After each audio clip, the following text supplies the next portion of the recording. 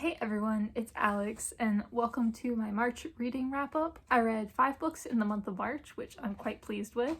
4 of which I read physical copies of books that I owned and were on my unread TBR, so good going me, and the last one was an audiobook. I would also like to state, for the record, that I am filming this video on April 1st, which, kudos to me. It's not going to be up for another week or so, but I'm still getting it filmed in a very timely manner, so we're making progress here. The first book that I read in March was The Ice Princess by Camilla Lackberg. This is an adult thriller that was translated from Swedish. A woman returns to her hometown because of her parents' deaths, and she's settling their affairs and all, and then she discovers the body of her childhood best friend who has seemingly committed suicide. And it's a thriller, so it kind of just goes from there, and they investigate the book and what happened and why, and etc, etc, etc. I gave this 2 stars. Not the biggest fan. Some of the things, I didn't like the writing style, I didn't like the word choice and the way things flowed, so I don't know how much of that was like due to the translation of the book. Like maybe it wasn't a great translation and this book hits a lot better in the original Swedish. I don't know. But I can only review the English version for obvious reasons, so that's all I have to go on. My biggest problem with this was that, for whatever reason, the author didn't really like to share information with the reader. And I know it's a thriller, I know there are secrets that must be kept, that's normal and standard for thrillers, but when the main character is investigating a case, I've never read a book where they kept so much information from the reader about the actual investigation.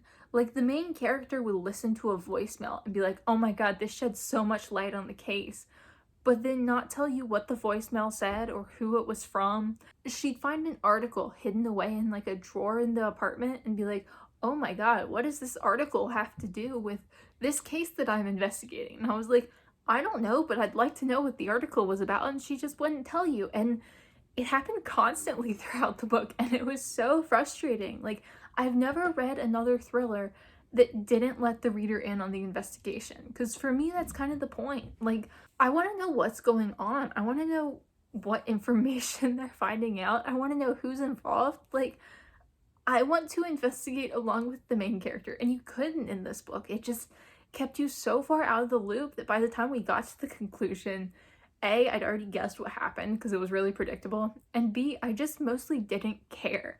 I was not at all invested in this book. I didn't like it. And then one of the things that bugged me, a small petty thing, but I wanted to talk about it because it bugged me a lot. The dead girl in this book, her name is Alexandra, and she just interchangeably goes by Alex or Alexandra. Like, people will call her whatever, and it'll be the same person who will just like interchangeably call her Alex or Alexandra. And it was every single character in this book who did that. And like, that's my name. So like, it bugged me because I have also gone by Alex and Alexandra at different points in my life. So there are different people who will like, if I see like my 10th grade math teacher, he will always call me Alexandra. Because like, that's what he called me and that's what he knows me as. I have coworkers who specifically use Alexandra, and then I have a lot of people who just use Alex. There has never in my life been a single person who just used them both interchangeably. Like, that doesn't make sense to me. Like, if it was like 1 or 2 characters, maybe I could have ignored it, but like, it was every single character. It didn't matter the situation. Like, it would be just like one paragraph they use Alex, the other they use Alexandra, and it was just like, whatever. And it was really weird to me. I didn't like it. There was also this weird line at the beginning where the parents of the dead woman were like, she couldn't have possibly committed suicide because suicide requires an inner strength and a courage that she lacked. And I was like, well, that's weird and uncomfortable and really not things we should be saying here. But like, we never circled around back to that, so it didn't bug me as much as like it could have if it'd been like a running theme as opposed to like 2 lines, you know? But there were like a number of lines like that. Like, not about suicide, but about various things. Like, she complained once about like people who write nonfiction or like or like biographies, because the main character writes biographies, and she was like, well, I'm not a real author. And I was like, that seems weird and judgy. So I don't know, there were weird lines like that. Maybe they read better in Swedish, I don't know, but I didn't like this book.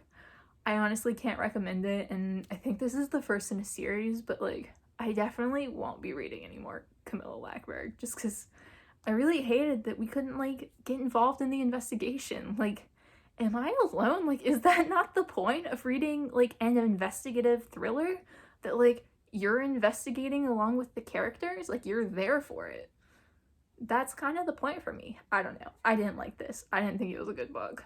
Then I read Girl at War by Sara Novic. This is an adult fiction novel about a young girl who's 10 in 1991 living in Croatia during the Yugoslavian War, and it's set during that time period as well as 10 years later when she's living in America and going to college and reflecting back on that time and kind of dealing with some unresolved issues she has. I gave this book 4 stars. I thought this was absolutely fantastic. This was one of those books that just made me like so happy to read. Like, it's obviously like a very tragic and sad book, don't get me wrong, but it just it brought that kind of like happiness and joy with it that comes with like a really good, well-crafted book with really great characters. And oh, it just made me so happy to read. I really, really loved the part of this book that was set in the past, that was set during the war in Croatia.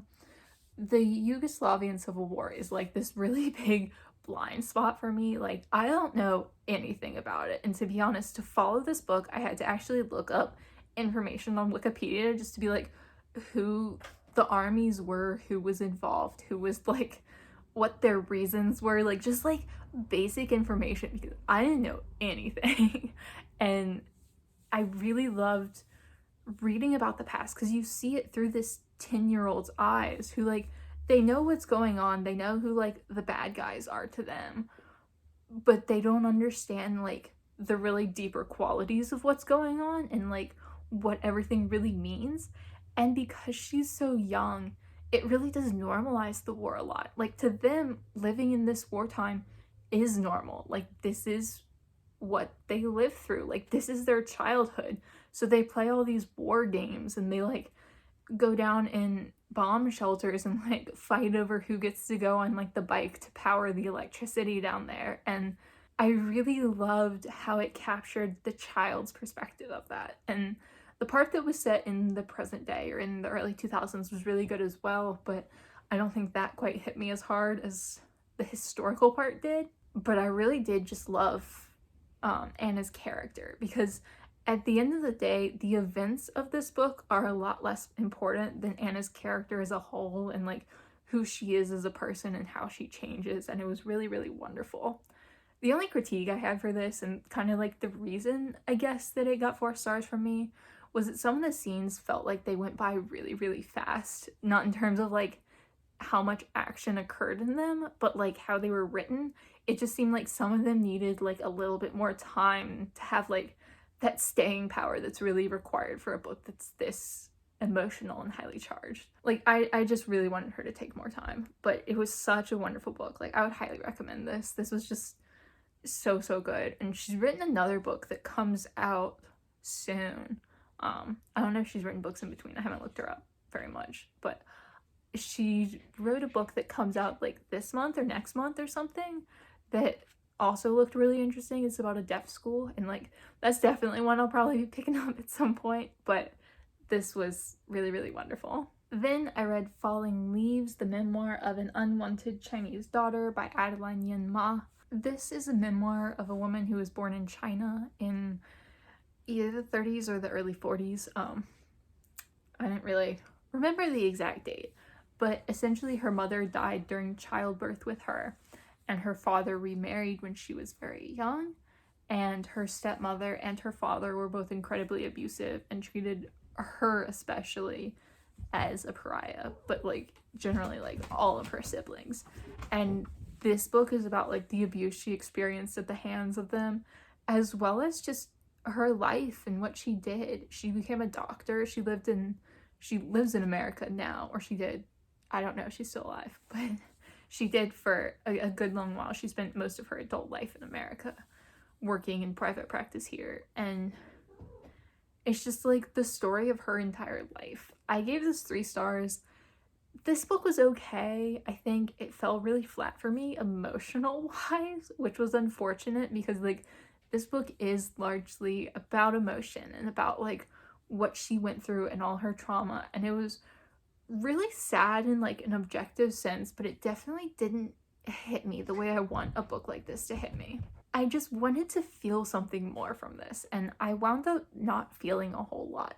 The parts of the book I really liked were honestly the parts about, like, historical and cultural China. Like, she talked about, like, the historical events that happened at the time. She was born in China. She moved to Hong Kong when she was, like, a teenager because her family moved there to avoid communism. And then she wound up moving to England for school and then America as an adult. And the parts about, like, her traditions and her growing up culturally in China and, like, what that meant to her were really interesting. And the parts about history were really interesting to me.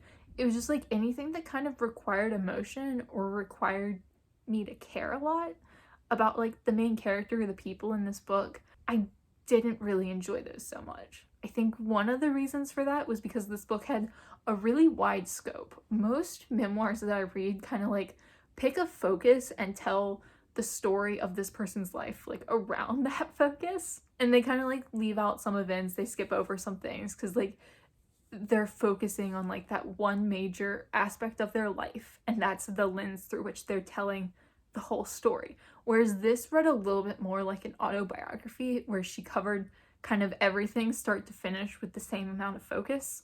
That was how it felt, at least.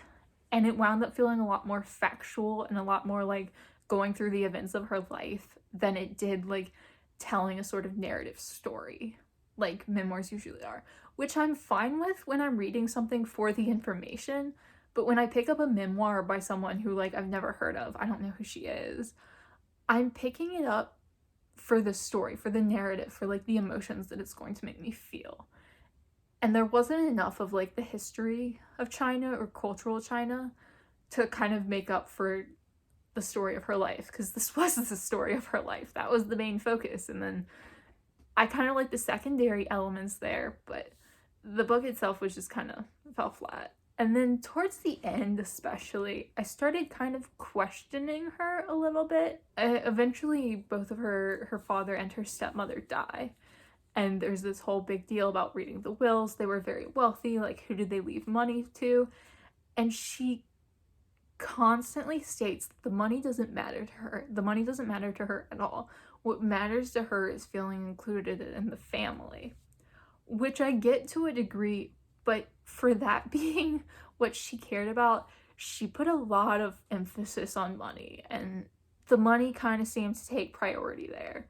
And she was very well off independently as an adult, so it's not like the money was how she was planning to get by.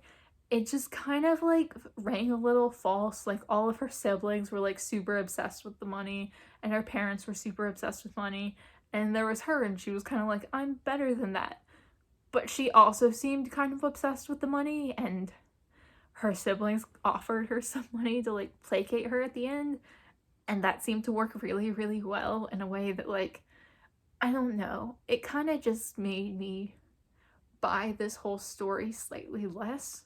Like, not that I think she was lying, but maybe she painted herself in a much better light than maybe was realistic. I don't know anything about her. That was just kind of the vibes I got by the end of the book, which was disappointing because that wasn't really what I wanted to feel. But this book wasn't bad. It was just kind of like mediocre, you know, which was disappointing to me because it sounded interesting. And I really like books about, like, family dysfunction and, like, abuse and just, like, how people deal with that kind of trauma. And yeah, this wasn't just, like, the greatest book in my opinion. And then I read Persian Girls by Rachlin. I'm just now realizing that so many of these books are about people who are born in other countries and then immigrated to America. This is a nonfiction book about an Iranian woman who was born in the 40s, I believe. Also, similar time period too. That was weird. That was not intentional. But it's about an Iranian woman who was born in, I believe, the 40s-ish or sometime around there. And she was at first given to her aunt to raise as a child because her aunt couldn't have children. So her mother was like, I have many children, here, take this newborn, and like, you have a child now. And when she was 9, her father took her back to go back to her biological family. And this is basically the story of her life. It deals a lot with family issues about like who's considered family, what family means to you, as well as issues with like independence and feminism because she was born in a very patriarchal society and she eventually moved to America kind of against her parents' wishes and kind of set up a very modern, contemporary American life here instead of what would have been considered the norm in Iran, especially since at the time there was a lot of upheaval. It was when the Shah was deposed. Is that the correct word? I don't even know. And a lot of things changed culturally. I really like the history of this book. I gave this 4 stars. Much like Falling Leaves, I found the history of this book really interesting. She did a great job of like weaving in the history and like what was happening culturally in Iran in with her individual story. So it never felt like she was kind of pausing to give you a history lesson. It was kind of just like, it was relevant to her story and she would give you like the full picture of what was happening in Iran while also just like weaving it seamlessly into her story, which I loved. But unlike Falling Leaves, I also really connected with her individual story and her narrative. I think she did a fantastic job of just telling her story. Like, it was so wonderful. I loved reading about it. This book kind of bills itself as being about her and her sister's premature death. She fell down some stairs and died, and Nahid is kind of like, I don't really know, like, what happened here, if it really was an accident. Her sister had a very unhappy life. Her sister wound up kind of trapped in Iran, despite the fact that she and Nahid kind of had similar dreams in life. Nahid wanted to be a writer, and her sister wanted to be an actress, and Nahid was the only one who kind of realized her dreams. But I didn't really feel like it focused enough on the sister for that to be part of the description. Like, it definitely was an important part of this book, but I felt like more than anything, this book was just about Nahid's life and her education and kind of like who she was as a person and how she grew. And it was really, really well done. I loved her writing style in this. I loved her story. It was so sad because it's like she came to America in like the 60s or 70s to go to college, and she had a really rough time because like there wasn't a lot of diversity, especially because she went to college in the Midwest at a women's school, a women's private college in the Midwest, and it was just like a very white, very Christian environment, and she didn't fit in like as an Iranian Muslim, and she wound up moving to New York later. It was all so fascinating. Like, I loved her story. I loved this book. It was like just really, really well done. Like, I would highly, highly recommend this. I thought it was wonderful. Like, great nonfiction book. If you're looking for something like this, I genuinely couldn't recommend this enough. It was just wonderful. And it also deals with her as an adult in America. Like, she goes back to Iran to visit a few times, to like visit her family and things. And it's changed so much since she was a child. It's become a lot more Islamic. It's become a lot more strict in terms of like what women are allowed to do. And seeing her perspective, I think, was really, really wonderful. But I thought this was fantastic. And then the final book I read was An American Summer by Alex Kotlowitz. This is a nonfiction book about gun violence in Chicago that specifically focuses on the summer of 2013. Not all of the violence takes place that summer, but most of the interviews do. The focus is kind of on what these people were doing in 2013. This book is essentially a series of like snapshots of different people who were affected by gun violence in some way or another. Each chapter is about a different person or event, so you kind of get like 15 or 20 different stories, and it's just like portraits of all these people and events and like what happened. I gave this book 4 stars. I really, really enjoyed it. I thought it was a fascinating take and just like great journalism. Alex Kotlowitz is obviously like really great with talking to people and just like interacting with people and getting them to tell their stories, and his writing is really, really good in this book. Like, this is just one of those books that like, it is exactly what it's described as, so if you think you're going to enjoy it, you will. He also has another book that's similar topic called There Are No Children Here, which is about like two young boys growing up in one of the most violent neighborhoods in Chicago, and it's about like them and gang violence and how it relates to their lives and just how they're surviving, which honestly, after reading this, I do want to read that as well. I listened to this as an audiobook, so I definitely didn't retain it as well as I would have reading a physical copy, but it was still really great. My one main issue with this was kind of that this book offers zero analysis of gun violence, of anything. It really is just like portraits of these people's lives who were affected by gun violence, which is interesting, but I do feel like it was lacking just like a little bit for me. Like, I wanted a little bit of analysis. Like, this book was not trying to be about why gun violence happens or how we can like do something about it. It was just trying to like show these people's lives and experiences, but I wanted it to have like a little element of like analysis or like something more, and it really lacked that entirely. So I don't think that like made this a bad book by any means. Like, clearly I gave it 4 stars. I would highly recommend it. It was a great read, but I do think it'll have a little bit less staying power for me because of that, because it was just like missing that one little element that I feel like would have put it over the top for me, which was disappointing. But overall, it was really eye-opening, a really worthwhile read, and definitely made me want to read his other books. So like, a great book, great writing. Just, I don't know, I feel like whenever I talk about this book, I'm like, it was so good, but like, it was just like, there's that little part that was missing, which is always disappointing when a book is just so close to being like amazing. But I still think it was really, really good and really worthwhile. So I highly recommend picking this one up if you're interested. So that was everything that I read in the month of March. Let me know down below if you've read any of these books, what you thought of them if you have. And as always, thank y'all so much for watching, and I will see you again soon.